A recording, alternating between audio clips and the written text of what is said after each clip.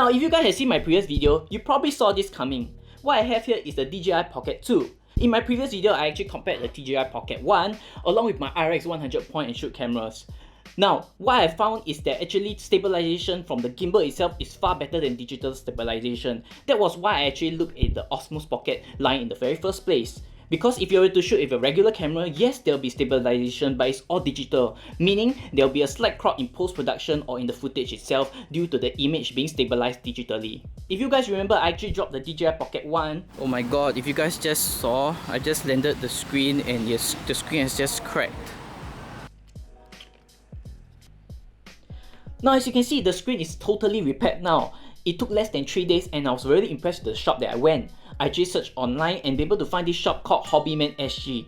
They basically repair drones in a very affordable cost and I wanted to give it a try. They apparently repair a lot of DJI products such as drones and accessories and at a very reasonable and competitive price. Honestly, it's one of the best that I found around. So I'll definitely recommend this shop and I'll link down in the description below so that you can find details if you are local and you want to repair your DJI products.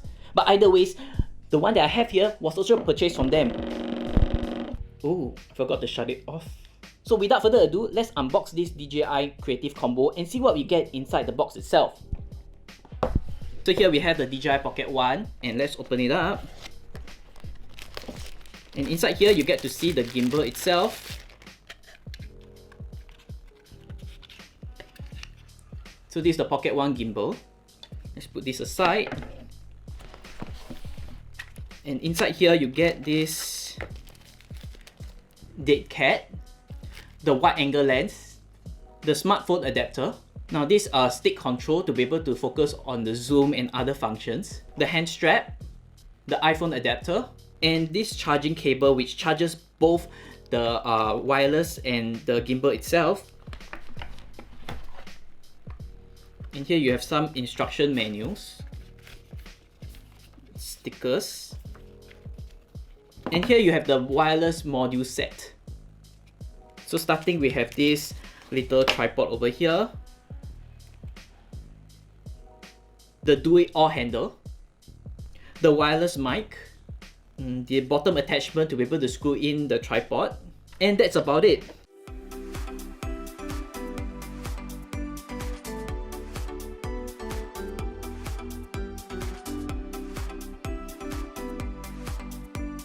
So with all those accessories out, let's just compare the gimbal itself with the predecessor, the Osmos Pocket 1.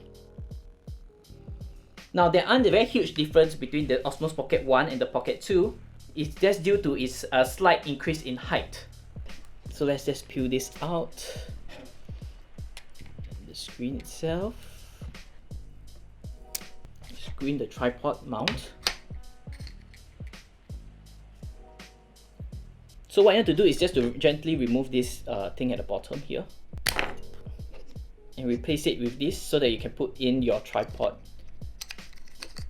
I must say it's quite tight, but I guess it's a very good thing so that it doesn't slip out easily. There we go. So you untake this and just screw it at the bottom. Now the base of this is also rotatable, which is really good if you're going outdoors and there are different levels of terrain. Some are more rocky and have different things in the floor itself. So you can just tilt it and just adjust accordingly. Let's turn it on and see if there's battery. Oh, there is. Alright, so we are online now. And let's just triple tap to be able to see if we can just go to selfie mode.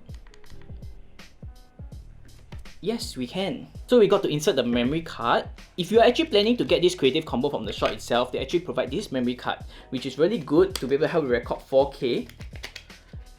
Take note that different memory cards have different capabilities. Do not get the cheaper memory cards as it will probably restrict the kind of files that you're able to record with it, especially if you're intending to record 4K. So you just insert it at the side here.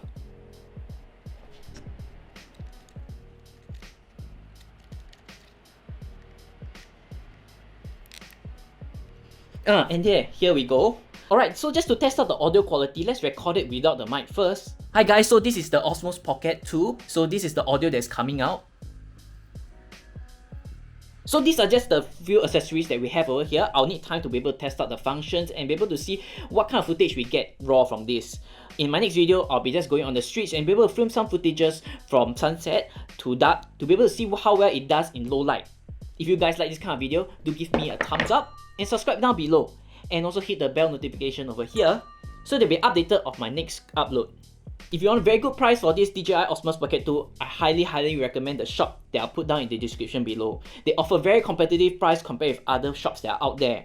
I've actually done my research and that's the reason why I went to them in the first place. So do give them a follow and be able to see which other platforms that are available to you. If not, I'll see you guys in the next video.